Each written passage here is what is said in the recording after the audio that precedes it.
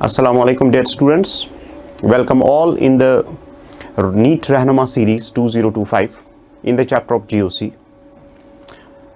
In the chapter of GOC we have actually assembled some of the questions from the last year NEET papers, and after the detailed analysis of the papers we have selected certain questions. Hopefully, I hope inshallah they are going to benefit you in the coming NEET 2025 exam.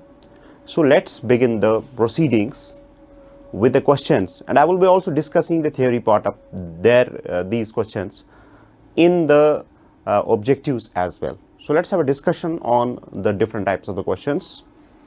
So let's have discussion. We have the question first.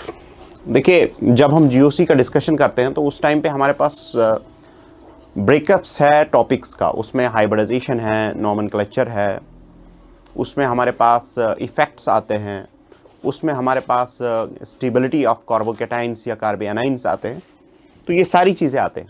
ठीक है, तो isomerism वाला part जो है हमारे पास वो usually आपको 12th में स्पेशली स्टीरियो या बाकी चीज़ जो है वो उसमें आता है, तो वो या हाइड्रोकार्बन्स में मान लीजिए GI का डिस्कशन आता है, तो वो हम वहाँ पे डिस्कस करेंगे. तो लेकिन जितनी चीज़ें यहाँ पे GOC के रिलेटेड है उनको हमने असेंबल किया है. तो पहला पार्ट जो हमारे पास है that's the concept of hybridisation. ठीक है, उसमें हमने पहला जो क्वेश्चन है वो चूज़ किया है. देखिए, हमारे पास एक मॉलिक्यूल है, ये हमारे पास मॉलिक्यूल है, हमारे पास CH2 double bond C double bond CH single bond CH3. ठीक है, पहले देखिए इस क्वेश्चन को हम एनालाइज करेंगे. ये जो है ना हमारे पास यहाँ पे इस मॉलिक्यूल में कंजुगेटिव डबल बॉन्ड्स हैं. ठीक है, हमारे पास आइसोलेटेड डबल बॉन्ड्स होते हैं, कंजुगेटेड डबल बॉन्ड्स होते हैं और क्युमुलेटिव डबल बॉन्ड्स होते हैं. यानी हमारे पास एक एटम के पास एक बॉन्ड के पास डबल बॉन्ड है, उसके नेक्स्ट वाले में दूसरा डबल बॉन्ड होता है. तो इन मॉलिक्यूल्स में अगर हम देखेंगे, अगर मैं इस मॉलिक्यूल को बनाऊंगा तो ये ऐसे बनेगा. फिर मैं इसका स्टीरियोकेमिकल एस्पेक्ट भी बताऊंगा आपको कि ये कैसा दिखने में है रियलिटी में. ये हमारे पास एक मॉलिक्यूल है. ठीक है, अब इन जनरल सेंस अगर हम देखेंगे, हमारे पास जो कॉन्सेप्ट ऑफ हाइब्रिडाइजेशन है वो हम यूज़ करते हैं सिग्मा बॉन्ड्स के लिए. तो ये हमारे पास मॉलिक्यूल है, यहाँ पे एक सिग्मा बॉन्ड है. सिग्मा बॉन्ड्स को हमें काउंट करना है. ठीक है, हम सिग्मा बॉन्ड्स को काउंट करेंगे. अब इसमें देखिए सिग्मा बॉन्ड्स कितने हैं हमारे पास. We have one sigma bond like this. ये है हमारे पास एक सिग्मा बॉन्ड, ये दूसरा सिग्मा बॉन्ड है, ये तीसरा सिग्मा बॉन्ड. कार्बन के अराउंड हमारे पास 4 ऑर्बिटल्स होते हैं. ठीक है, वो चारों के चारों हाइब्रिडाइज भी हो सकते हैं, उनमें से 3 हाइब्रिडाइज हो सकते हैं, उनमें से 2 ही हाइब्रिडाइज हो सकते हैं. एक हाइब्रिडाइज नहीं होगा, बिकॉज कॉन्सेप्ट ऑफ हाइब्रिडाइजेशन बोलता है कि दे शुड बी अनइक्वलेंट ऑर्बिटल्स. ठीक है, अब यहाँ पे अगर हम देखेंगे इस केस में हमारे पास एक पाई बॉन्ड है, तो पाई बॉन्ड को हम इंक्लूड नहीं करते हैं. तो इसका मतलब है 3 ऑर्बिटल्स को हमने हाइब्रिडाइज किया है. हाइब्रिडाइज करने के बाद जब 3 ऑर्बिटल्स कार्बन हाइब्रिडाइज करता है, यानी 3 ऑर्बिटल्स अगर हाइब्रिडाइज होंगे तो उस केस में हमारे पास hybridisation is sp2.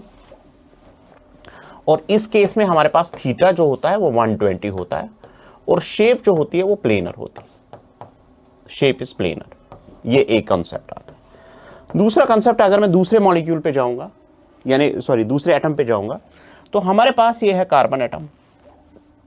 Carbon atom के अराउंड अगर आप देखोगे, इस कार्बन एटम के अराउंड तो हमारे पास 2 सिग्मा बॉन्ड्स हैं, तो 2 ऑर्बिटल्स हाइब्रिडाइज हो जाएंगे. 2 ऑर्बिटल्स ऐसे ही रहेंगे, वो ऑर्बिटल्स पाई बॉन्ड बनाएंगे. तो इसका मतलब है कि यहां पे अगर हम हाइब्रिडाइजेशन देखेंगे तो 2 ही ऑर्बिटल्स को हमें हाइब्रिडाइज करना है. और अगर हम 2 ऑर्बिटल्स को हाइब्रिडाइज करेंगे तो हाइब्रिडाइजेशन इज जनाब sp के 2 बनेंगे. उस केस में थीटा 180 डिग्री होगा और शेप हमारे पास यहां पे लीनियर होती है. ठीक है, और उसके बाद जो तीसरा हमारे पास है, यहां पे तीसरा एटम जो है हमारे पास, इस केस में अगर हम देखेंगे, यहां से एक इसका सिग्मा बॉन्ड है, ये तो पाई हो गया. ये है एक sigma bond, 1 sigma bond, 2 sigma bond और 3 सिग्मा बॉन्ड्स. तो फिर से हमारे पास 3 सिग्मा बॉन्ड्स आते हैं. So we have 3 sigma bonds, so it becomes this case. ठीक है, उसके बाद अगर हम इसको देखेंगे, यहां पे sp3 के केस में, दिस इज sp3 क्योंकि यहां पे 4 सिग्मा बॉन्ड्स है, तो 4 सिग्मा बॉन्ड्स है. समझ आ रही बात? अब अगर मैं इसको हाइब्रिडाइजेशन के हिसाब से देखूंगा तो हमारे पास जो मॉलिक्यूल है, देख लीजिए, अगर हम इसको देखेंगे, ये वाला मॉलिक्यूल, ये वाला एटम जो है, इसका जो हाइब्रिडाइजेशन है वो होगा sp2, this will B sp2 and here the theta will B 120, ठीक है। और उसके बाद नेक्स्ट कार्बन जो यहां पे है हमारे पास, ये sp हाइब्रिडाइजेशन होगा, इसके केस में थीटा होगा 180 डिग्री। और अगर हम इसको देखेंगे तो इट्स sp2 हाइब्रिडाइज्ड और theta will be equal to 120। और अगर हम इसको देखेंगे तो it's sp3 hybridised, theta is equal to 109 and the shape will be tetrahedral, ठीक है। ये हो गया कंसेप्ट ऑफ हाइब्रिडाइजेशन। अब इसका मतलब ये है कि ये sp2 है, ठीक है। अगर आप इसको देखोगे तो ये sp है, अगर आप इसको देखोगे तो ये sp2 है, अगर आप इसको देखोगे तो sp3 है। तो हमारे पास जनाब जो पहला ही ऑप्शन बनता है वो ये है जनाब, this is the option that becomes. लेकिन इसमें, इस मॉलिक्यूल में एक स्पेशलिटी है। मैंने इस मॉलिक्यूल को क्यों चूज किया है, इसमें कभी कभार ऐसे भी आता है कि जैसे मान लो आपके पास ये मॉलिक्यूल है, ठीक है, इसमें हमारे पास ऐसे मॉलिक्यूल हमारे पास है, तो कभी आपसे क्वेश्चन पूछा जाता है, मानो यहां पे H है, यहां पे CH3 है, मैंने ऐसे लिखा इसको। अब यहां पे कभी स्टीरियोकेमिस्ट्री आपको पूछी जाती है, स्टीरियोकेमिकल एस्पेक्ट जो इसका होता है, कभी लेंथ्स के बारे में क्वेश्चन पूछा जाता है। इसमें काफी ज्यादा डाइवर्सिफिकेशन आप देखोगे ऑब्जेक्टिव किताब बुक्स पे। तो यहां पे अगर हम देखेंगे, ये देख लीजिए, इस सारे यहां से लेके यहां तक it's called as extended tetrahedral. Finally, it becomes what is called as the extended tetrahedral. This is called as extended tetrahedral. Extended tetrahedral का मतलब देखो क्या है, ठीक है। Extended tetrahedral का मतलब देखिए, हमारे पास tetrahedral ऐसा होता है, आपने सुना होगा, ये हमारे पास होता है tetrahedral।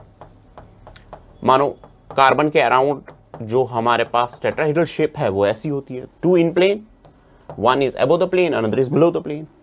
सेम इन 3 एटम्स का जो स्टीरियो केमिस्ट्री होता है स्पेस में, वो एक्सटेंडेड टेट्राहेड्रल होता है। और अगर मैं इसको ड्रा करूंगा तो ये कुछ ऐसा बनेगा, ये बनेगा C। मानो मैंने 2 एटम्स को रखा इन प्लेन, इसको मैं कुछ नहीं करूंगा, इसको भी कुछ नहीं करना है, और यहां पे आपको एक मिलेगा H ऐसे, और नीचे जो CH3 होगा वो डाउनवर्ड्स की तरफ होगा।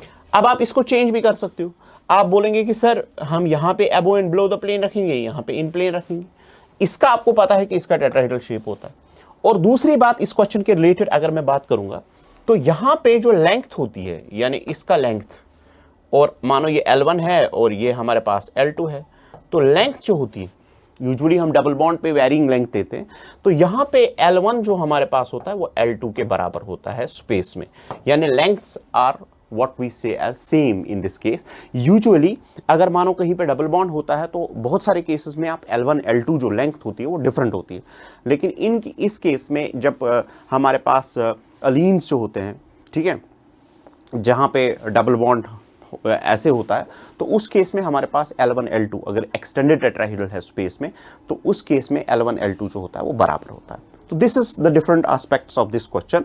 तो इसलिए मैंने सोचा कि इसको हम डिटेल में डिस्कस करेंगे। देखिए, the correct decreasing order of priority of functional groups. देखिए होता क्या है असल में, अगर मानो हमारे पास एक ऑर्गेनिक कंपाउंड ऐसे हैं जिसमें हमारे पास ये हमारे पास है एक मॉलिक्यूल, तो मैंने इसको रखा, मानो डिफरेंट फंक्शनल ग्रुप से हमारे पास OH हमारे पास है, OR हमारे पास है, तो ये हमारे पास this is called as a polyfunctional group. खैर इसमें हम NH2 जो है, NH2 को हम इसमें कंसिडर नहीं करेंगे, तो यहां पे मैं इसको इसके बदले में यहां पे CN डालता हूं, ठीक है। देखिए, अगर एक से ज्यादा फंक्शनल ग्रुप्स एक मॉलिक्यूल में होते हैं तो such compounds are called as polyfunctional compounds, they are called as polyfunctional compounds, ठीक है। अब पॉलीफंक्शनल कंपाउंड्स को अगर हम नाम देंगे, ठीक है, जैसे अगर हम OH को नाम देते हैं तो वी राइट हाइड्रोक्सी, OH को एज फंक्शनल ग्रुप नाम देते हैं तो वी राइट ऑल, अगर आप CN को नाम देते हैं तो वी राइट नाइट्राइल, अगर आप इसको लिखते हैं तो वी राइट ऑइक एसिड। लेकिन ऐसा नहीं होता है, अगर एक मॉलिक्यूल में एक से ज्यादा फंक्शनल ग्रुप होते हैं तो उस केस में हम यूज करते हैं प्रायोरिटी रूल, यानी हम एक को मानेंगे principal functional group, rest will be considered as substituents. तो उसके लिए हमारे जो प्रायोरिटी रूल है उसी का सीक्वेंस आपसे पूछा जाता है। तो मैं यहाँ पे जनाब प्रायोरिटी रूल जो है लिखूंगा, इस पे क्वेश्चंस आते हैं। तो हमारे पास सबसे पहले प्रायोरिटी रूल जो हमारे पास है, हम सबसे ज़्यादा प्रायोरिटी उस टाइम पे देते हैं COH ग्रुप को, उसके बाद देते हैं SO3H को, उसके बाद देते हैं एसिटर ग्रुप को, हमारे पास OR होता है, उसके बाद देते हैं हमारे पास C डबल बॉन्ड OX है, उसके बाद हमारे पास C डबल बॉन्ड ONH2 हमारे पास होता है, उसके बाद हमारे पास CN होता है, उसके बाद हमारे पास NC होता है, उसके बाद हमारे पास C डबल बॉन्ड OH होता है, उसके बाद हमारे पास C डबल बॉन्ड O ऐसे होता है, यानी कीटोनिक ग्रुप होता है, उसके बाद हमारे पास OH होता है, उसके बाद हमारे पास SH होता है और लास्ट में हमारे पास NH2 होता है। अब अगर हम इस सीरीज को प्रायोरिटी रूल को यूज करेंगे तो हम अपना ऑर्डर जो है वहां से निकाल सकते हैं। तो this is what you have to remember the priority rule in the IUPAC system in case of the polyfunctional compounds. So you need to learn the polyfunctional compounds का nomenclature हम कैसे करते हैं, तो उसके बाद हम priority rule कैसे यूज करते हैं। Most frequently इस पे questions आते हैं। So let's go back and find out। देख लीजिए इस केस में अगर हमारे पास देखिए priority rule में अगर हम यहाँ पे देखेंगे हमारे पास SO3H है, ठीक है, कार्बोक्सिलिक एसिड यहाँ पे मिसिंग है, ये वाला तो नहीं बन सकता है, ठीक है, ये this is not correct because ये इसके बियॉन्ड जाता है। और अगर हम SO3 देखेंगे, SO3Cl हमारे पास है, उसके बाद NH, उसके बाद ये है, तो I think that this becomes a correct option. अब उस केस में देखिए यहाँ पे ये लास्ट में आता है, तो यहाँ पे ऑप्शन में बीच में डाल दिया गया है, तो यहाँ पे जो है NH2 ये यहाँ पे आता है, तो इसके केस में हमारे पास ऑप्शन जो है वो B बनता है। देखिए बोलने का मकसद ये है कि किस किस कॉन्सेप्ट से आपको क्वेश्चंस पूछे जाते हैं और कहां कहां पे आपको थोड़ा ध्यान रखना पड़ेगा, ठीक है। This is what is there. We have the next question. देखिए हमारे पास एक क्वेश्चन है जिसमें हमारे पास हम प्रायोरिटी रूल को भी यूज करेंगे, उसके बाद जो नॉमेनक्लेचर के सफिक्सेस है, प्रीफिक्स है, उनको भी यूज करना पड़ेगा। देखिए अगर मैं इस कंपाउंड को नाम देता हूं तो मेरे पास नॉमेनक्लेचर में जनाब ऐसे आएगा, देख लीजिए। पहली बात है, अभी मैंने प्रायोरिटी रूल आपको बोला तो उसमें मैंने प्रायोरिटी किसको दी, एल्डिहाइड को, तो हम यहां से नाम करेंगे। हमारे पास ये है, this is 1, this is 2, this is 3, this is 4, this is 5, this is 6। अब यूजुअली देखिए कंफ्यूजन कहां पे होता है, आप यहां पे रुक जाओगे। IUPAC सिस्टम में हमारे पास जो नाम है उसको हम हर टाइम में आपको लॉन्गेस्ट करना पड़ेगा, that is the longest carbon chain. तो I think that this is the longest carbon chain. देखिए इसने ये डाला है इसलिए so that you will get confused. आप बोलोगे कि सर सबस्टिट्यूएंट है, पहला ऑप्शन यही बनेगा, तो पहला ऑप्शन यही बनेगा, तो आप घर जब जाएंगे तो फिर घर पे रोएंगे। तो this is what you have to be very. देखिए एग्जामिनर का हमेशा कोशिश रहता है कि आपको क्वेश्चन ना आए, लेकिन आपकी हमेशा एफर्ट रहनी चाहिए कि आपको क्वेश्चन आना चाहिए। So you need to be get there with a present brain. आपका ब्रेन जो होना चाहिए ना, आपको पता होना चाहिए कि ये मुझे एक ट्रैप दे रहा है, फंसाने की कोशिश कर रहा है, तो उस वजह से आपको पूरा अपना माइंड जो है वो पूरी तरह से वहां पे लगाना। अब देखिए जनाब, अब हमारे पास जो है अगर मैं इसको नाम करता हूं तो देखिए एक चीज है हमारे पास, this is a substituent, this is a substituent. अब हमारे पास क्योंकि कीटोन हमेशा यहां पे IUPAC सिस्टम जब हम पढ़ते हैं तो कीटोन के रिलेटेड हमारे पास रूल्स जो है वो चेंज होते हैं। तो कीटोन अगर बीच में आता है यूजुअली हमें छोड़ना था, क्योंकि सबस्टिट्यूएंट का कार्बन है, तो देखिए ये सबस्टिट्यूएंट है तो हमने इसका कार्बन छोड़ दिया, ठीक है, मेन चेन में नहीं ले। लेकिन अगर आप मेन चेन में कार्बन ऑफ कीटोन ला रहे हो, ये जो यहाँ पे बहुत सारी जगहों पे प्रेजेंट होता है, तो उस टाइम पे हमारे पास कीटोन के केस में we use oxo. What we use is oxo. In the other cases you can use keto as well. लेकिन हमारे पास जो है इस टाइम पे हमारे पास यूज करना है as a for the substituent we have to use oxo. So if we go by that method, so we have like अगर हम इसको नाम लिखेंगे तो हमारे पास देखिए क्या क्या है। एक तो डबल बॉन्ड भी है, ठीक है, नाइट्रो ग्रुप भी है और मीथाइल ग्रुप भी है। अब इस केस में अगर हम देखेंगे हमारे पास 4 पे मीथाइल है, 4th पे मीथाइल हमारे पास, ठीक है, 6 पे हमारे पास नाइट्रो है, 6 इज नाइट्रो, 6 इज नाइट्रो, ठीक है। उसके बाद 3 पे अगर हम देखेंगे तो 3 पे हमारे पास ऑक्सो है। उसके बाद हमारे पास 6 नहीं 7 कार्बन हैं, तो आई विल राइट हेप्ट, हेप्ट में लिखूंगा। उसके बाद 4 पे हमारे पास डबल बॉन्ड है तो 4 इन लिखूंगा मैं, और उसके बाद 1 पे हमारे पास अल है, so we have 1 al, so I will cut it like this. ठीक है, क्योंकि 2 वॉवेल्स जो है आपस में फॉलो नहीं करते हैं, तो उसमें पहला वाला ई जो होता है वो उसको ड्रॉप करना होता है। So I am using all priority rule, I am using the special secondary suffix जो हमारे पास होता है, जो कीटोन के लिए हम यूज करते हैं। We have a double bond here and we know the longest chain is to be selected for the nomenclature. So this is, और यहां पे हमने अल्फाबेटिकल ऑर्डर को भी फॉलो करना है। ठीक है, देखिए which are the groups show plus I effect. पहले देखना है हमें, देखिए हमारे पास जब हम इंडक्टिव इफेक्ट को देखते हैं, आई इफेक्ट को अगर हम देखेंगे, आई इफेक्ट आपने पढ़ा होगा, तो हमारे पास 2 सीरीज होती है। ठीक है, अब हमारे पास होता है प्लस आई, जहां पे क्वेश्चन पूछा गया है। देखिए इस पे आपको ध्यान देना है, plus I minus I series में। प्लस आई सीरीज ये वो ग्रुप्स होते हैं, they are the groups which are less electronegative than hydrogen as per the Ingold. जो हमारे पास इनगोल्ड ने क्लासिफिकेशन दी है, इसने बोला कि ये सारे ग्रुप्स ऐसे ग्रुप्स हैं जिनकी इलेक्ट्रोनेगेटिविटी हाइड्रोजन से कम होती है। समझ आ रही बात? तो इस वक्त हम प्लस आई सीरीज पे फोकस कर रहे हैं कि प्लस आई सीरीज में हमारे पास कौन कौन सा एटम आता है। ठीक है, अब प्लस आई सीरीज में हमारे पास देखिए, अगर कहीं पे आपको मानो CH2 नेगेटिव है, CH2 कार्बन पे नेगेटिव चार्ज है, इसका सबसे ज्यादा प्लस आई इफेक्ट रहेगा। जैसे आपको कार्बन एनाइंस तो बनते ही हैं, तो उस केस में कार्बन जो होता है वो डोनेटिंग होता है। उसके बाद हमारे पास NH अगर होगा, तो NH पे अगर नेगेटिव चार्ज होगा, ये भी डोनेटिंग होती, काफ़ी ज़्यादा डोनेटिंग होता है।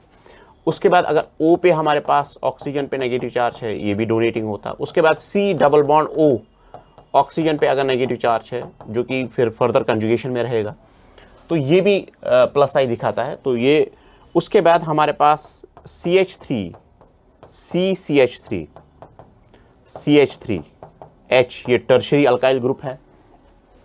उसके बाद हमारे पास अगर हम मानो CH3 को H से रिप्लेस करेंगे, तो हमें CH3 यहाँ पे आएगा। ठीक है, तो जितना अल्काइल ग्रुप बड़ा उतना प्लस आई इफेक्ट ज्यादा होता है, इलेक्ट्रॉन देने की टेंडेंसी रहती है, जिसको हम बोलते हैं they are called as sigma donors. ठीक है, तो उसके बाद नेक्स्ट जो हमारे पास है CH3CHH हमारे पास, उसके बाद लास्ट में हमारे पास CH3 जो मीथाइल ग्रुप होता है। तो कहने का मकसद ये है, जितना आपका अल्काइल ग्रुप बड़ा उतना प्लस आई इफेक्ट ज्यादा, यानी sigma donors they give electrons. ठीक है, और उसके बाद हमारे पास सबसे पहले नेगेटिवली चार्ज्ड होते हैं। तब इस केस में अगर हम देखेंगे, देखिए फ्लोरीन तो नहीं है, CHO भी नहीं है, ठीक है, CN भी नहीं है, तो हमारे पास सिर्फ एक ही ग्रुप बचता है, दैट्स NH। तो सीरीज के हिसाब से अगर आपके ऑक्सीजन पे, कार्बन पे नेगेटिव चार्ज होगा, तो उस टाइम पे इलेक्ट्रॉन वो देता है, प्लस अगर आपके अल्काइल ग्रुप्स होंगे तो वो इलेक्ट्रॉन डोनेटिंग होते हैं। और इसलिए मैंने यहाँ पे plus I minus I series को आप घर पे देखिए, सीरीज से कभी क्वेश्चन आता है। ठीक है, so let's have a discussion on the next question. देख लीजिए, now we come to the concept of what is called as the resonance. ठीक है, पहले मैं थोड़ा रेजोनेंस आपको डिस्क्राइब करूंगा, उसके बाद हम बात करेंगे रेजोनेंस पे। जैसे कि एक, मैं इसी मॉलिक्यूल को लेता हूं, इसी मॉलिक्यूल को हम डिस्क्राइब करेंगे।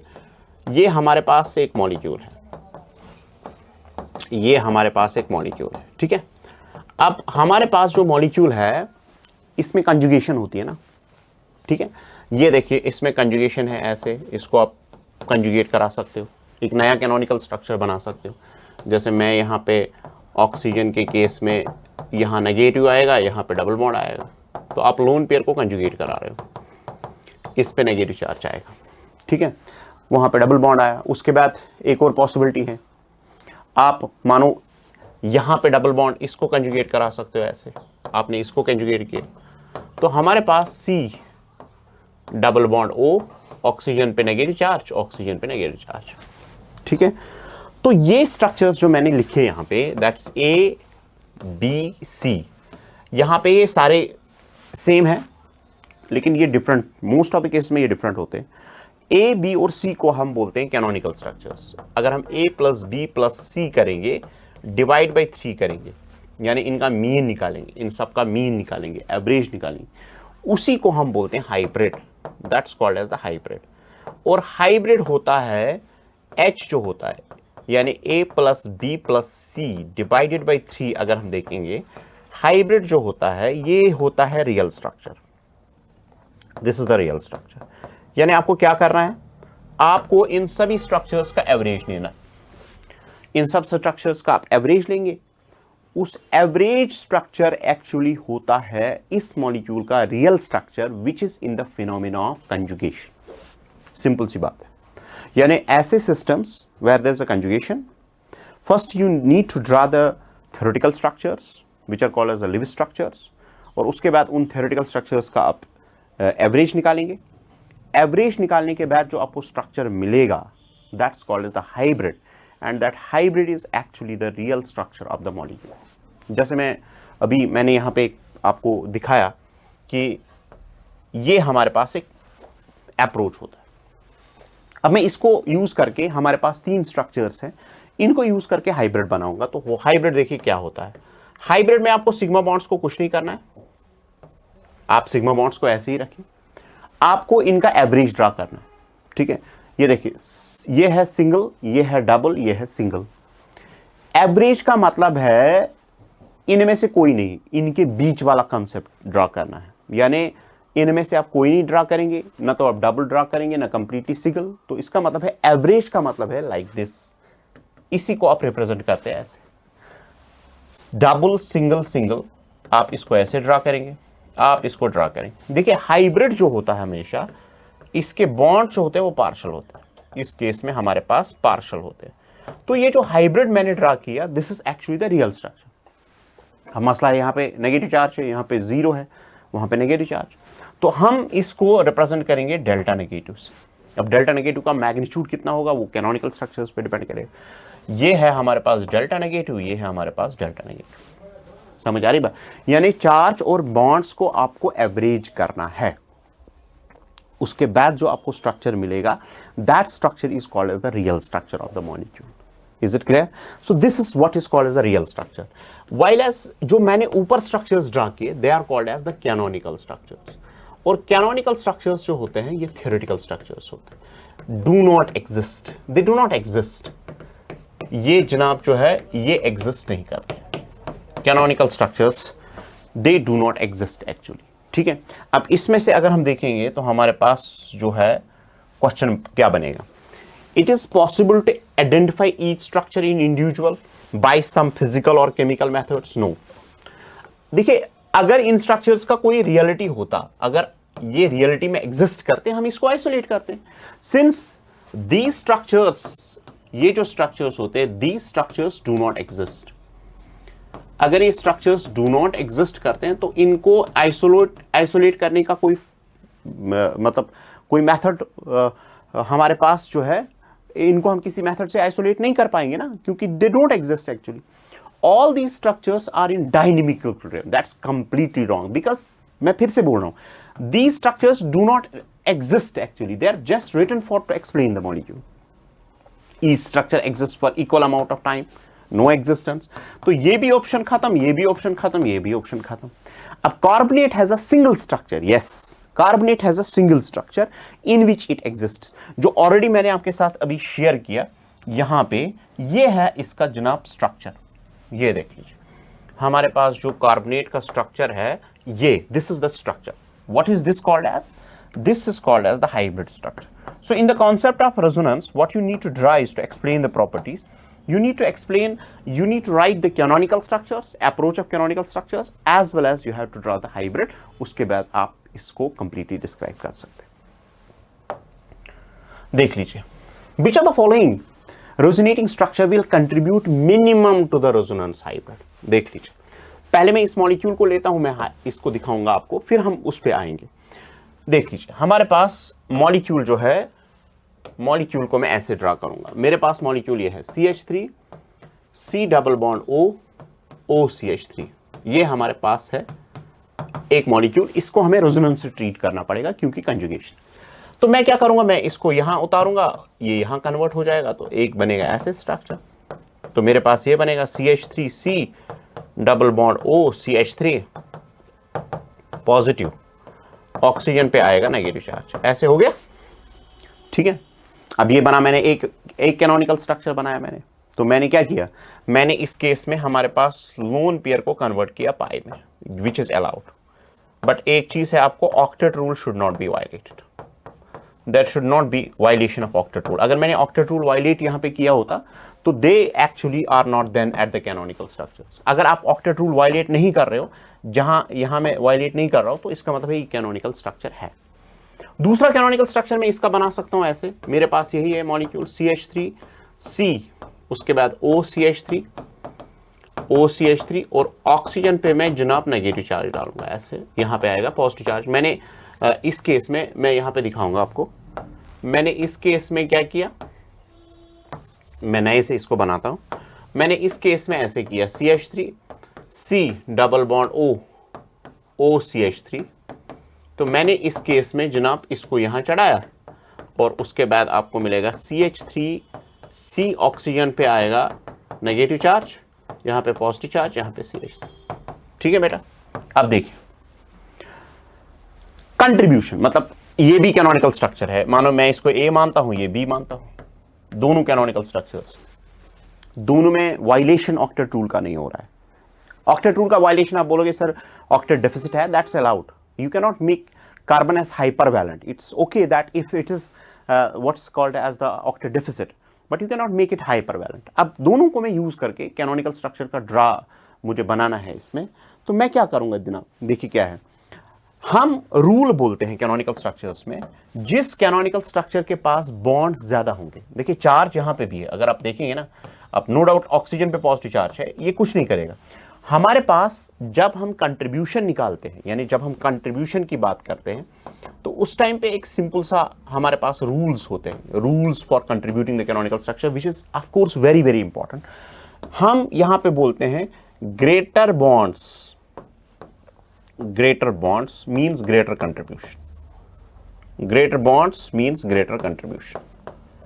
तो जहां बॉन्ड्स कैनोनिकल स्ट्रक्चर्स में ज्यादा होंगे वहां कंट्रीब्यूशन ज्यादा होगा, तो A कंट्रीब्यूट्स मोर।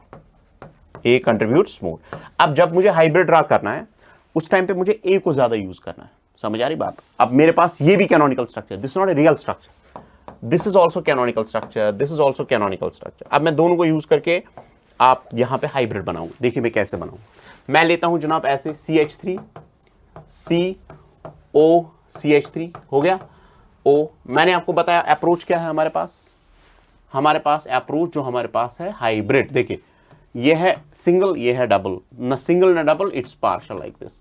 ये है डबल, ये हो रहा है यहां पे सिंगल, तो न सिंगल न डबल, ये हो जाएगा ऐसे। अब ऑक्सीजन पे क्या चार्ज आएगा, zero charge, positive charge, put the delta positive charge, यहां पे डेल्टा नेगेटिव चार्ज, इस पे एक लोन पेयर। तो ये बन गया हाइब्रिड। अब देखिए हाइब्रिड का कंट्रीब्यूशन का मतलब क्या है। इन दोनों कैनोनिकल स्ट्रक्चर्स में मैंने किसको यूज किया, मैंने इसको यूज किया, मैं यहां पे जनाब जो है मैंने इसको यूज किया ज्यादा। हालांकि इसका भी कंट्रीब्यूशन, लेकिन इसका फीबल कंट्रीब्यूशन है क्योंकि यहां पे बॉन्ड्स कम है, तो मैंने इसको चूज किया। तो जिसमें बॉन्ड्स ज्यादा उसका कंट्रीब्यूशन ज्यादा in making the hybrid.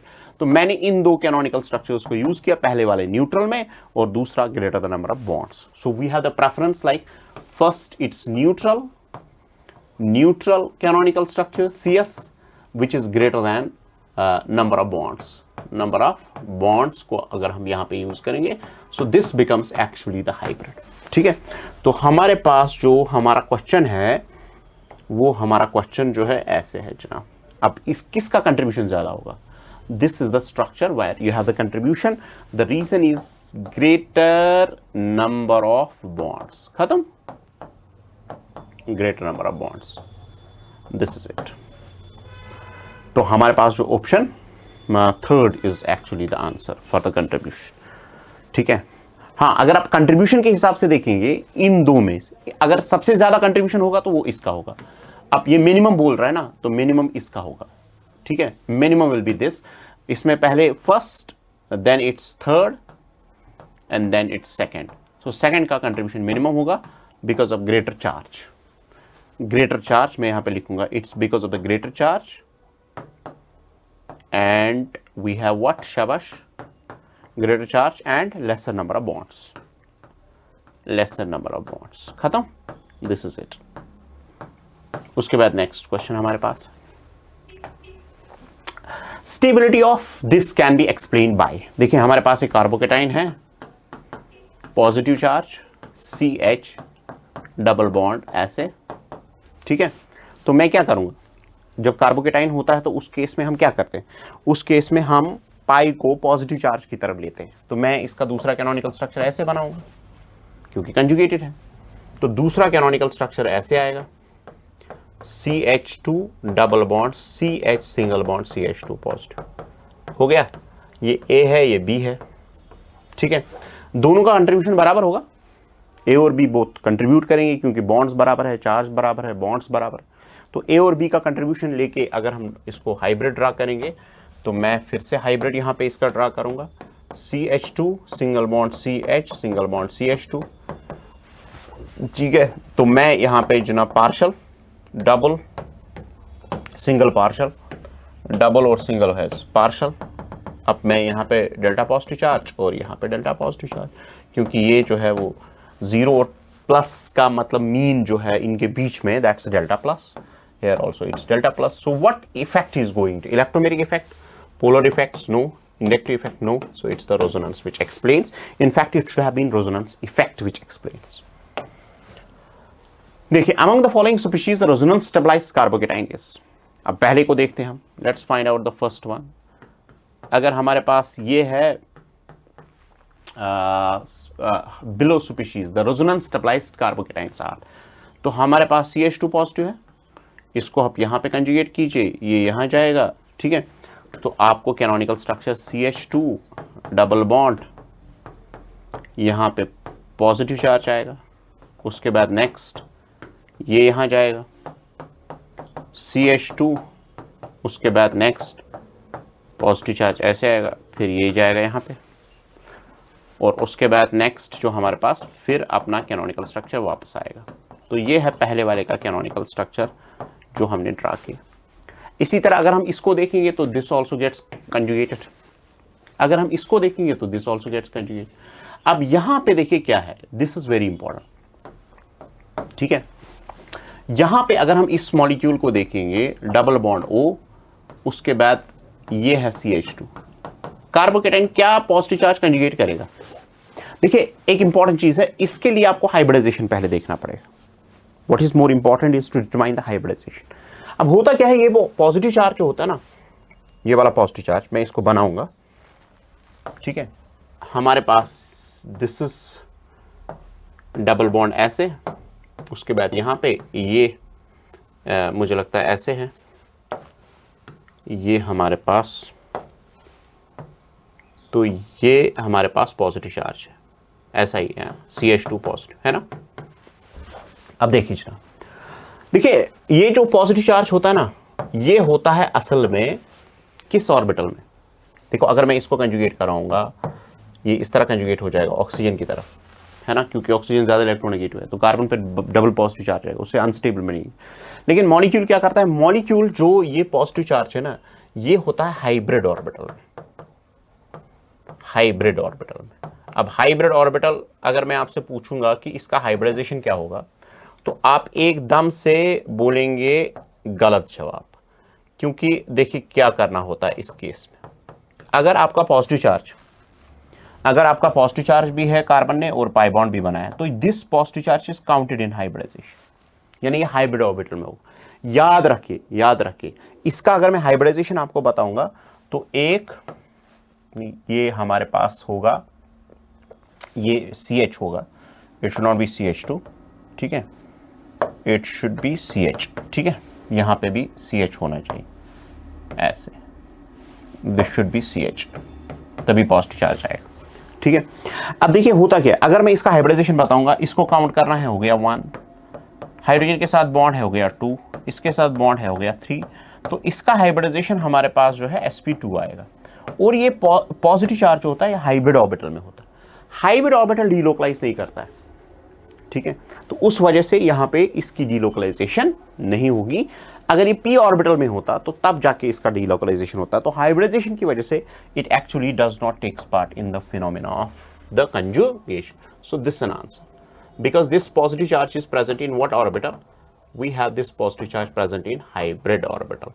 So hybrid orbitals जो होते हैं not involved in conjugation। खत्म? This is it।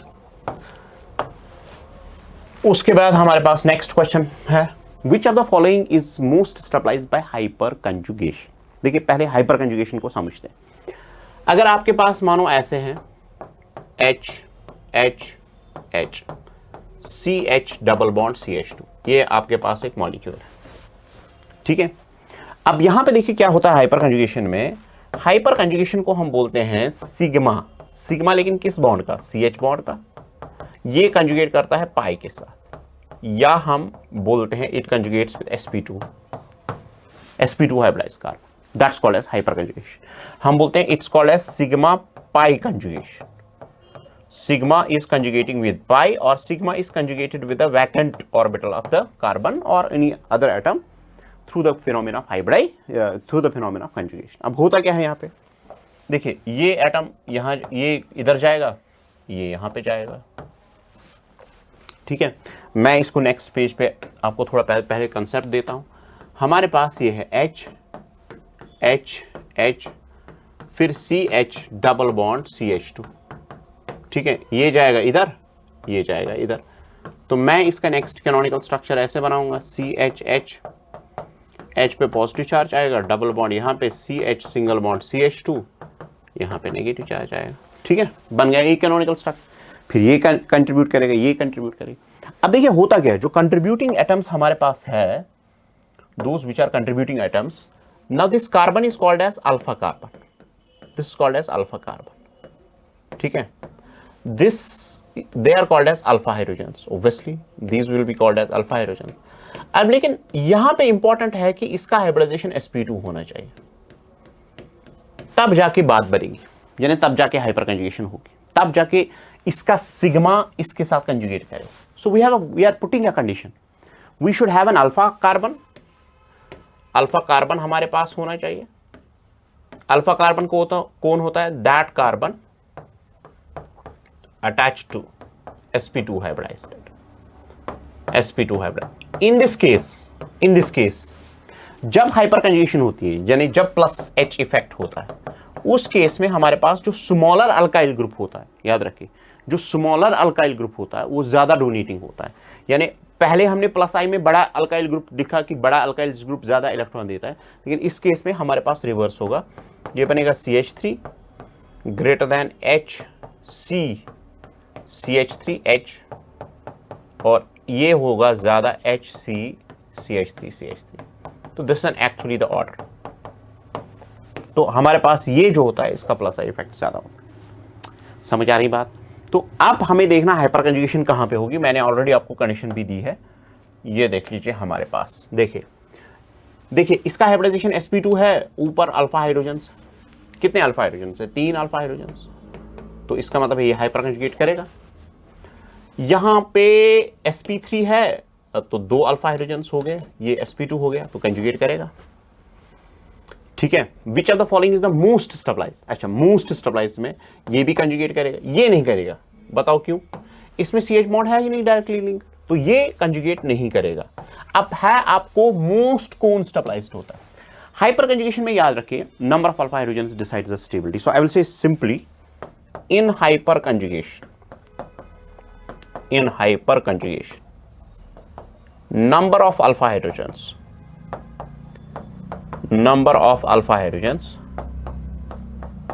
decide stability। अब खुद ही देखिए नंबर ऑफ अल्फा हाइड्रोजन्स कितने हैं? 3, यहाँ पे हो गए 2, यहाँ पे हो गया 1 अल्फा, यहाँ पे no alpha. So this is most stabilised. खत्म। हाइपर कंजुगेशन में आप नंबर ऑफ अल्फा हाइड्रोजन्स को डिटरमाइन कीजिए, उसके बाद स्टेबिलिटी जान लीजिए, दैट्स इट। है द नेक्स्ट क्वेश्चन।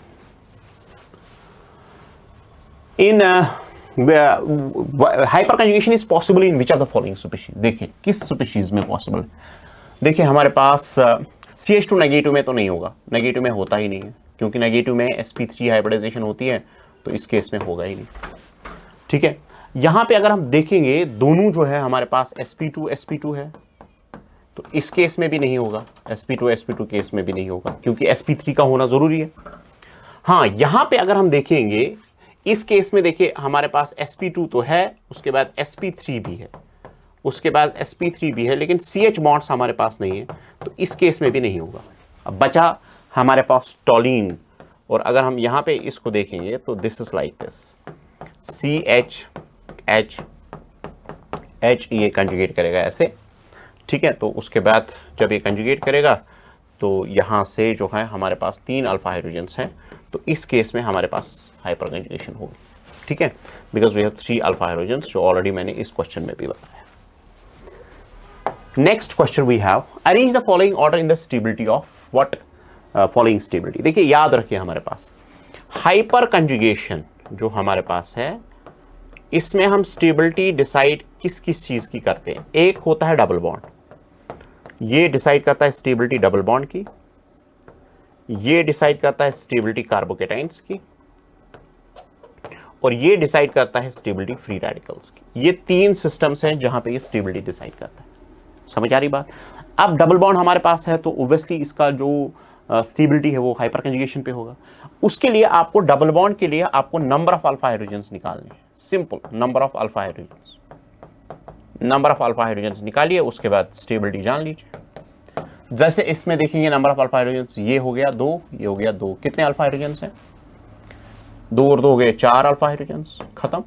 अगर हम यहां पे देखेंगे 3 alpha hydrogens, 3 alpha hydrogens, 2 alpha hydrogens, 2 alpha hydrogens, 3 और 3 हो गए 6, 6 और 4 हो गए 10 अल्फा हाइड्रोजन्स, ठीक है। अगर हम यहां पे देखेंगे तो 2 हमारे पास, 2 हमारे पास, और उसके बाद 2 हो 6 अल्फा हाइड्रोजन्स। अब खुद ही डिसाइड कीजिए सबसे ज्यादा स्टेबल कौन होगा। सेकंड सबसे ज्यादा स्टेबल होगा, उसके बाद थर्ड होगा, उसके बाद फर्स्ट होगा, अगर आपको स्टेबिलिटी ऑर्डर जानना है तो हमारे पास जो है सबसे जो है, so it's first less than third less than second, so this should be the answer. Number of alpha hydrogens निकालिए, उसके बाद आपको स्टेबिलिटी आएगी।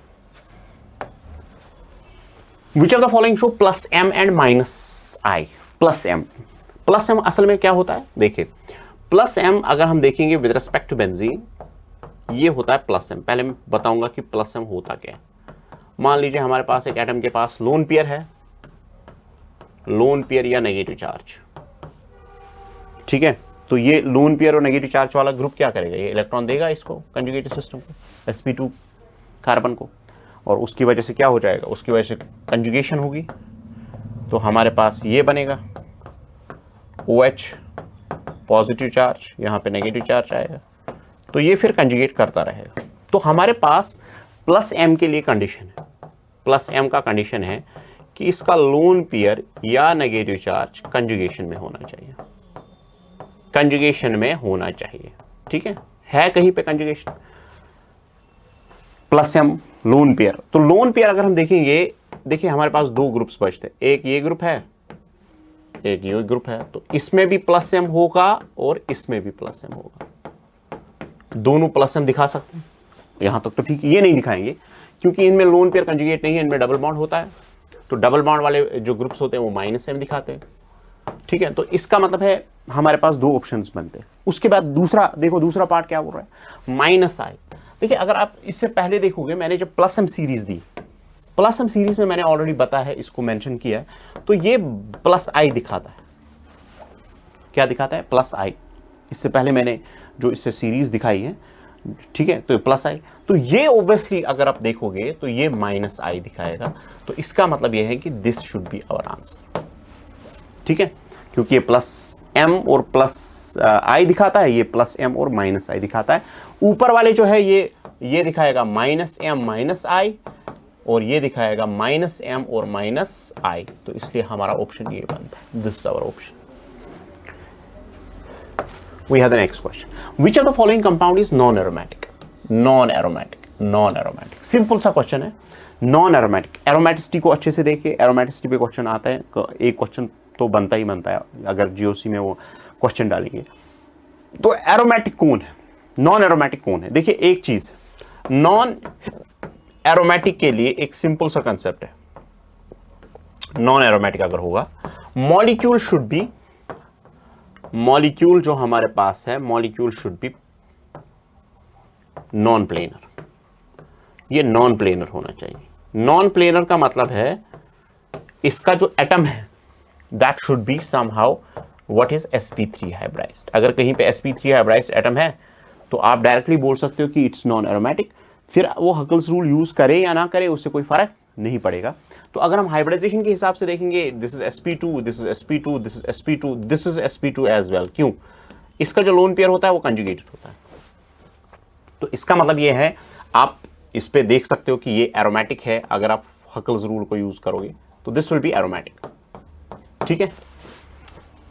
और अगर आप इसको देखोगे तो दिस इज ऑल्सो एरोमेटिक। अब देखिए हर कोई एटम sp2 हाइब्रिडाइज्ड है, आप यूज कीजिए, every atom is sp2 hybridised. अगर आप इसको देखोगे तो हमारे पास 4n+2 होता है 2 के बराबर। मैंने 2 पाई इलेक्ट्रॉन्स को लिया यहाँ पे, तो 4n+2 4n हो गया 0 के बराबर, तो n will be equal to 0। तो n0 जो है that's allowed, that's aromatic Huckel's rule use करके। लेकिन अगर हम यहां पे देखेंगे, देखिए आप यहां पे यूज नहीं कर सकते हो, क्योंकि अब देखिए अगर आप ऐसे यूज करोगे तो यहां पे सीधे डायरेक्टली आपको sp3 हाइब्रिडाइज्ड कार्बन है। sp3 हाइब्रिडाइज्ड का मतलब है नॉन प्लेनर, और नॉन प्लेनर का मतलब है it will be non aromatic. So it's non aromatic, खत्म, this is it. So this is actually the concept. Let's have the discussion on the next question. Which of the following is aromatic? Aromatic. देखिए अगर मैं इस पे use करूंगा, देखिए sp2 sp2 sp2 sp2। aromatic non aromatic जो है, aromatic और anti aromatic they are used for the cyclic system, so we are using it for the cyclic systems and I will use the Huckel's rule। मैं लिखूंगा जनाब 4n+2 is equal to 4 pi electrons है, तो ये बनेगा 4n is equal to 2, so n is equal to 1/2, ठीक है। तो फ्रैक्शन आ रहा है तो इसका मतलब ये ओबे नहीं कर रहा है, तो this is anti aromatic, so I write it as this is anti aromatic, हो गया। अब अगर आप इसको देखोगे, हमारे पास जो ये है, अगर मैं यहाँ पे 4n+2 रूल यूज करूंगा इज इक्वल टू ये यहाँ पे जाएगा, यानी ये पाई इलेक्ट्रॉन के बराबर है, तो 4n+2 जो है that's equal to 6। So 4n is equal to 4, so n will be equal to 1, so this is aromatic। so ये हमारे पास aromatic है, ये हमारे पास नॉन एरोमेटिक होगा क्योंकि sp3 हाइब्रिडाइज्ड कार्बन है, ठीक है। तो इसका मतलब है ये भी नहीं होगा, ये है और ये है, तो इसका मतलब है हमारे पास B और C are the options, so this is an option that is there for the aromaticity। अगर एंटी एरोमेटिक होगा तो फिर आपको 4n+2 रूल यूज करके और हाइब्रिडाइजेशन, दो चीजें देखनी है, hybridisation and 4n+2 rule. We have the next question, which are the following in this, ये देख लीजिए हमारे पास फिर से ये हमारे पास है और यहां Z है। Z को क्या है, which are the following groups are predominantly OP directing. अब ओपी डायरेक्टिंग कौन हो सकता है, देखिए ओपी डायरेक्टिंग हमारे पास ग्रुप्स होते हैं, अगर मानो Z हमारे पास होना चाहिए +m या +h। वो इलेक्ट्रॉन डेंसिटी जो है ऑर्थो एंड पैरा पे इंक्रीज करते हैं, they will increase electron density at these positions, और वो इनकमिंग इलेक्ट्रोफाइल जो हमारे पास होता है उसको डायरेक्ट करते हैं इस पोजीशन पे या इस पोजीशन। अब मसला है +m और +h। देखिए इसके लिए आपको अल्फा हाइड्रोजन्स होने चाहिए, मैंने ऑलरेडी आपके साथ शेयर किया है, अल्फा हाइड्रोजन्स होने चाहिए, जितने अल्फा हाइड्रोजन ज्यादा उतना +h ज्यादा दिखाएगा। इसके पास आपके लोन पेयर जो हमारे पास है या नेगेटिव चार्ज। तो अब देखेंगे कौन से ग्रुप्स है जिनके पास लोन पेयर है। देखिए लोन पेयर वाला ग्रुप डायरेक्टली ये तो है, OH हमारे पास है, अल्फा हाइड्रोजन हमारे पास है, और नाइट्रोजन पे हमारे पास ये है, ये क्रॉस कंजुगेटेड भी है। अगर आप इस नाइट्रोजन को देखोगे तो मैं इसको ऐसे दिखाऊंगा, NHC डबल बॉन्ड OCH3, ठीक है। तो हम यहाँ पे N इसको लोन पेयर को कंजुगेट यहां से करा सकते हैं और यहां से भी करा सकते हैं। तो इसका मतलब ये है कि ये जो है ये +m दिखाएगा, ये +h दिखाएगा और ये +m दिखाएगा, ठीक है, लोन पेयर वाला groups. So this is the answer. Then we have the next question, correct order of the stability of below cations is, correct order मेरे हिसाब से सबसे पहले ज्यादा स्टेबल ये होगा, कंजुगेटेड है तो सबसे पहले A होगा ग्रेटर दैन, उसके बाद +h इसका, इसका प्लस H और प्लस I भी है। प्लस हमेशा याद रखिए यहां पे पॉजिटिव चार्ज जो है, अगर आपके पास पॉजिटिव चार्ज है, it is stabilised by directly proportion to इसकी स्टेबिलिटी जो है, इसकी stability plus M plus H या प्लस I से मेजर की जाती है। अनस्टेबल इसको बना सकता है माइनस M माइनस H और माइनस I।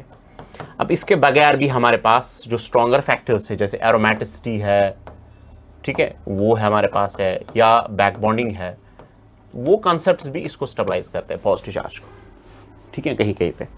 तो हमारे पास पहले A है, उसके बाद ग्रेटर देन C है, उसके बाद हमारे पास ये कंजुगेट नहीं करेंगे, मैंने ऑलरेडी आपको बोला है। अब इसका हाइब्रिडाइजेशन है sp2, इसका हाइब्रिडाइजेशन है sp। तो अगर हम यहां पे देखेंगे it's minus I effect, it's minus I effect. अब जितना s कैरेक्टर ज्यादा, s character is directly proportional to minus I. अब माइनस प्लस को क्या करेगा, अनस्टेबल बनाएगा कि नहीं, माइनस प्लस अनस्टेबल होते हैं ना, तो वो ये इसको विड्रा करेगा। देखो मैं यहां पे दिखाऊंगा, this will withdraw it, when withdraw की वजह से इसका पॉजिटिव चार्ज बढ़ेगा। Intensification charge always makes the system unstable. So let's have it's A greater than C, stability order, हाँ, correct order of stability, A greater than C, then there is B, and then there is D. This is the stability order of these. Similarly, we have the next question. देख लीजिए, हमारे पास cation है, ये देख लीजिए, जो मैं अभी बैक बॉन्डिंग की बात कर रहा था, हमारे पास ये है कैटाइन जनाब, यहाँ पे पॉजिटिव चार्ज, ये कंजुगेशन, ये जाएगा इधर, तो आपको ये बनेगा जनाब, डबल बॉन्ड आएगा विद अ पॉजिटिव चार्ज। तो जितने बॉन्ड ज्यादा उतना स्टेबिलिटी ज्यादा।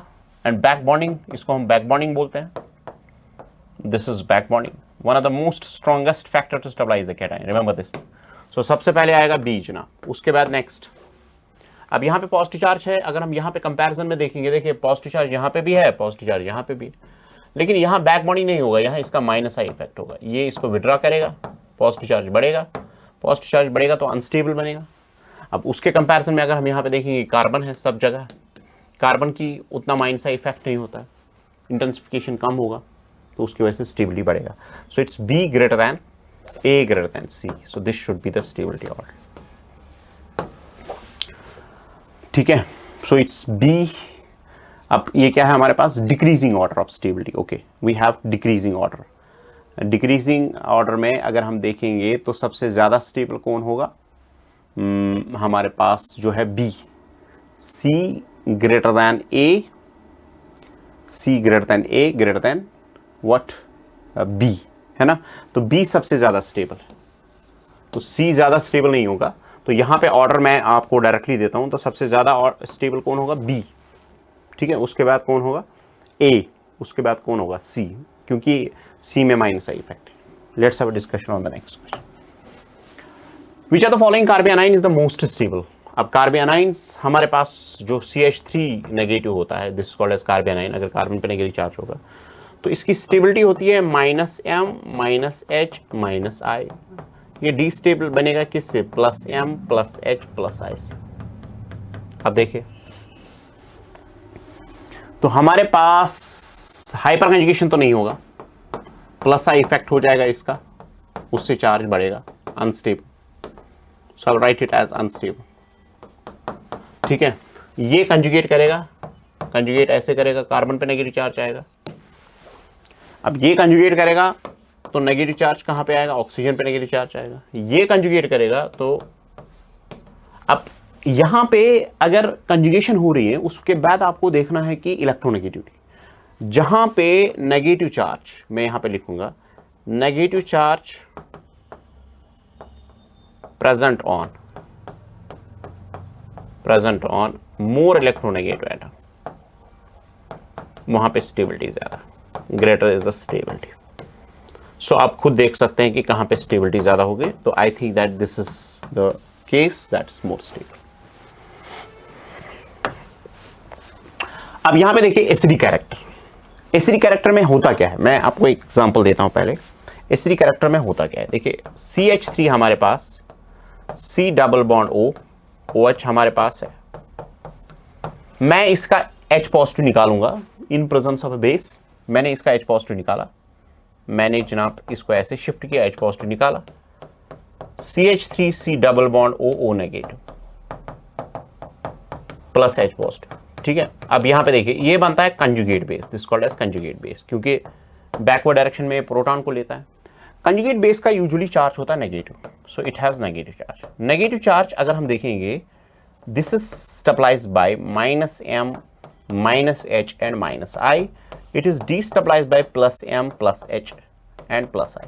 अब देखिए जो ही नेगेटिव चार्ज जितना ज्यादा स्टेबल उतना एसिडिक कैरेक्टर ज्यादा। So I will say acidic character जो हमारे पास है, एसिडिक कैरेक्टर जो हमारे पास होता है directly proportional to stability of CB conjugate base. Conjugate base को कौन सा चार्ज है? Negative charge. जितना नेगेटिव चार्ज जिस पॉइंट पे ज्यादा स्टेबलाइज हो जाएगा उतना हमारे पास एसिडिक कैरेक्टर ज्यादा होगा। So let's come to the way. मुझे लगता है सबसे पहले ये होगा carboxylic. The reason is equivalent. Carboxylic acid में इक्वलेंट कैनोनिकल स्ट्रक्चर्स बनते हैं। मैं लिखूंगा यहां पे इक्वलेंट कैनोनिकल स्ट्रक्चर। सो हमारे पास HC का एसिडिक कैरेक्टर सबसे ज्यादा होगा, ग्रेटर दैन।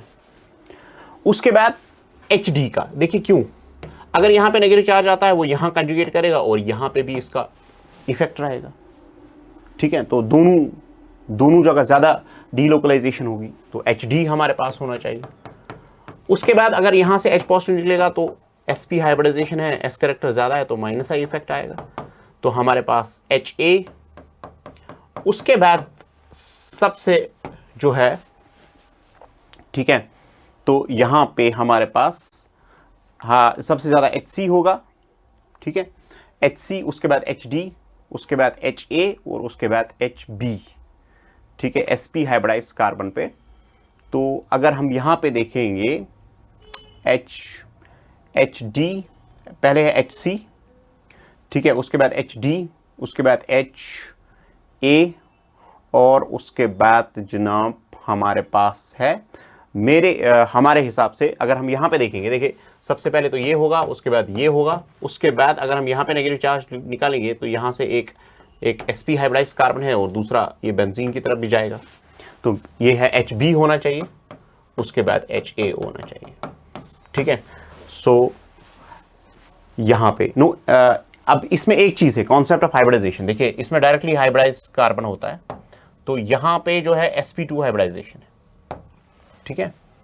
तो ये वाला कार्बन जो है, हाँ ये sp2 हाइब्रिडाइज कार्बन है, ये उसको डायरेक्टली लिंक करना है। So the order should be like this, HC greater than HD greater than HA greater than HB। So this should be the order, क्योंकि यहां पे hybridisation will come into play. sp hybridise carbon जो होता है उसकी electronegativity काफी ज्यादा होती है, तो उस वजह से हमारा ऑर्डर जो है ये बनेगा। उसके बाद नेक्स्ट देखिए हमारे पास, मेरे पास है फिनॉल, उसके बाद नाइट्रिक ग्रुप्स है, OH हमारे पास है, NO2 मैंने पैरा पे डाल दिया, उसके बाद OH हमारे पास, O मैं नेगेटिव एनाइंस बनाऊंगा सबके, मैं यहाँ पे सबके एनाइंस लूंगा, कंजुगेट बेस लूंगा, ठीक है, और NO2। उसके बाद हमारे पास ये होगा O नेगेटिव, उसके बाद CH3, उसके बाद हमारे पास O नेगेटिव होगा और उसके बाद यहां पे OCH3। अब देख लीजिए सीधे जना, पहला जो हमारे पास ऑप्शन बनता है, देखिए जो नेगेटिव है ना, negative is stabilised by -m -i और -h, destabilized by +m +h +i, ठीक है। तो माइनस कहां पे है? ये है -m, यहां पे मेटा पे लगता है जनाब -i, ये दौड़ के इसमें जाएगा, ठीक है, तो स्टेबिलिटी बढ़ेगी। उसके बाद -i है, अब इसका भी -i है, मेटा पे -i ही होगा। अब इसका है +m, तो सबसे अनस्टेबल ये होगा। +m मतलब यहाँ पे नेगेटिव चार्ज आएगा, ऊपर रिपल्शंस होंगे या इसका कंजुगेशन कम होगा, ठीक है। तो हमारे पास जो ऑर्डर ऑफ स्टेबिलिटी है वो सबसे ज्यादा पैरा होगा, हमारे पास A सबसे ज्यादा स्टेबल होगा यानी सबसे ज्यादा एसिडिक होगा, उसके बाद B हमारे पास होगा, उसके बाद C हमारे पास होगा, उसके बाद D हमारे पास होगा। This should be the order for the acidic character, ठीक है। Stability of anions simple. आपको कुछ नहीं करना है, आपको कंजुगेट बेस बनाना है, उसके बाद आपको इफेक्ट्स यूज करने हैं on the base of the stability of anion. जिसका कंजुगेट बेस ज्यादा स्टेबल उसका एसिडिक कैरेक्टर ज्यादा। Which among the following is the most strongest acid? ये तो नहीं होगा।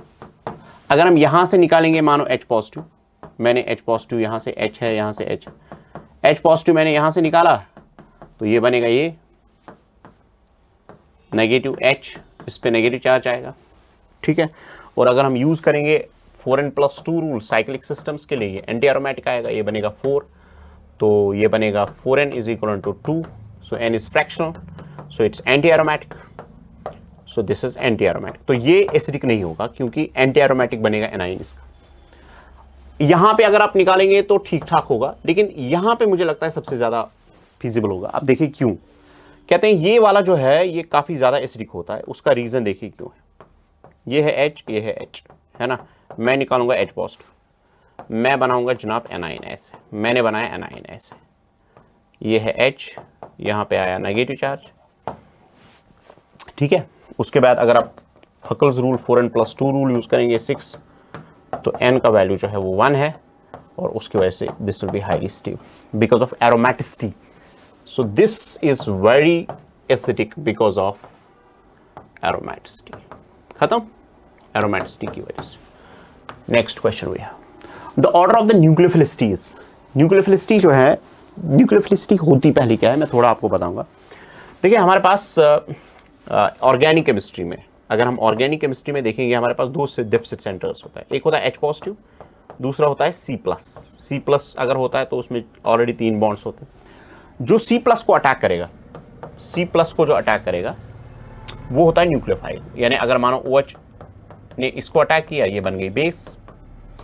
अगर इसने C+ को अटैक किया, ये बन गया न्यूक्लियोफाइल, ठीक है, न्यूक्लियोफाइल। अब दोनों डेफिसिट सेंटर्स हैं, तो अगर मानो हमारे पास कार्बन जो है, कार्बन पॉजिटिव चार्ज है, आपने OH नेगेटिव इस पे अटैक किया, तो ये हो गया न्यूक्लियोफाइल। न्यूक्लियोफाइल। अब न्यूक्लियोफाइल कौन अच्छा हो सकता है, which can be a better nucleophile? पहली बात देखेंगे, अगर हम पीरियड टेबल में जाएंगे तो across the period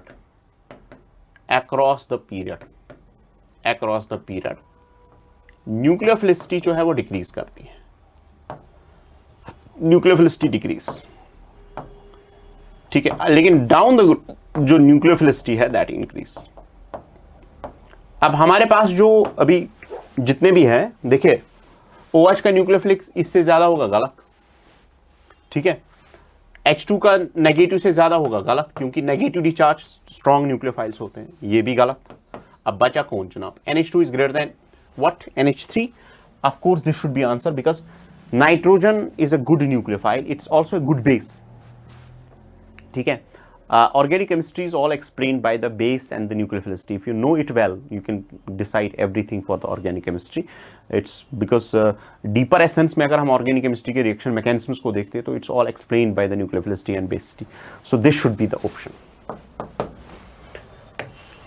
Now we have the next question yet again.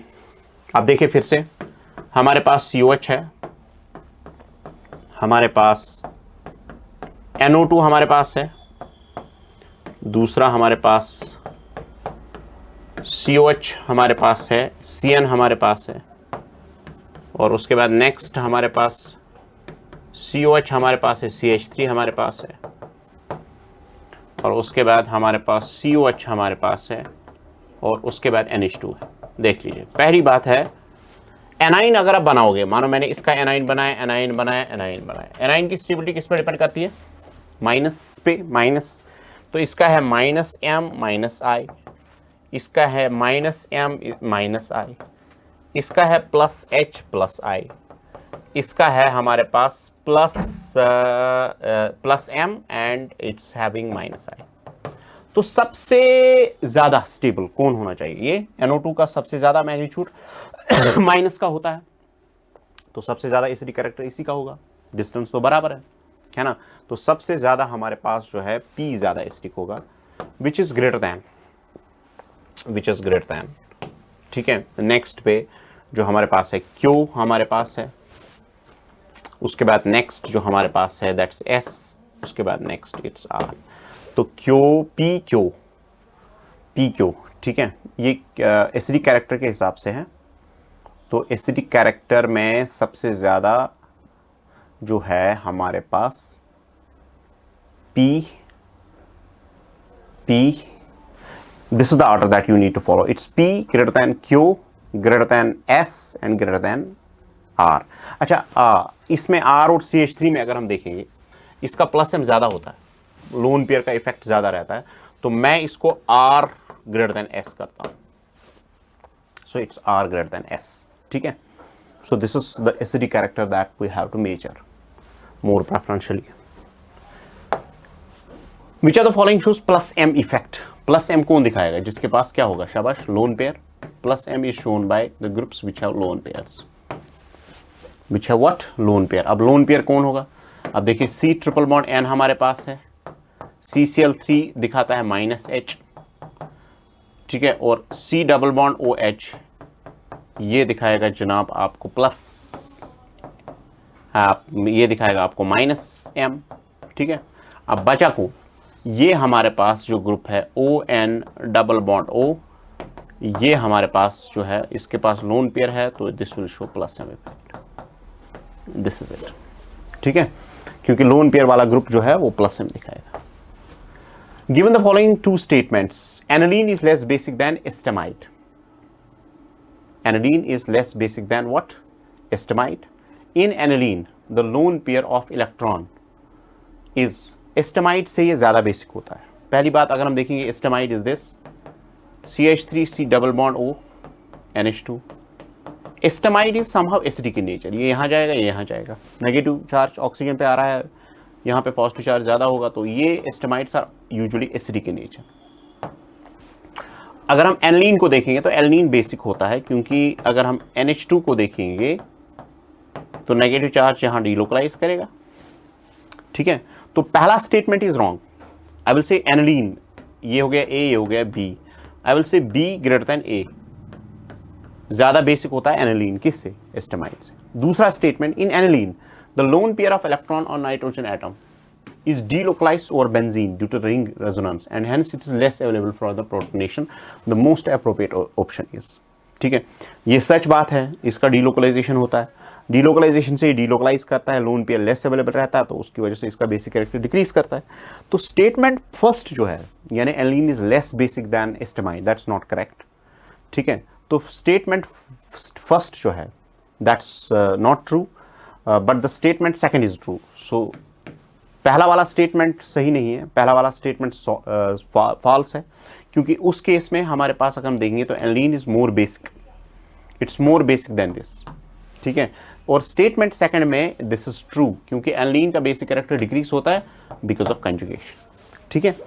तो ये जनाब हमने जितने भी टॉपिक्स थे उसमें हमने कैटाइन की स्टेबिलिटी, अल्फा हाइड्रोजन्स, प्लस आई, रेजोनेंस, एसिडिक कैरेक्टर, ठीक है, और बेसिक कैरेक्टर, तो ये सारी चीज़ें आपको थोड़ा इस पे नज़र होना चाहिए, so that it's going to benefit you in the coming exam, ठीक है। Thank you very much.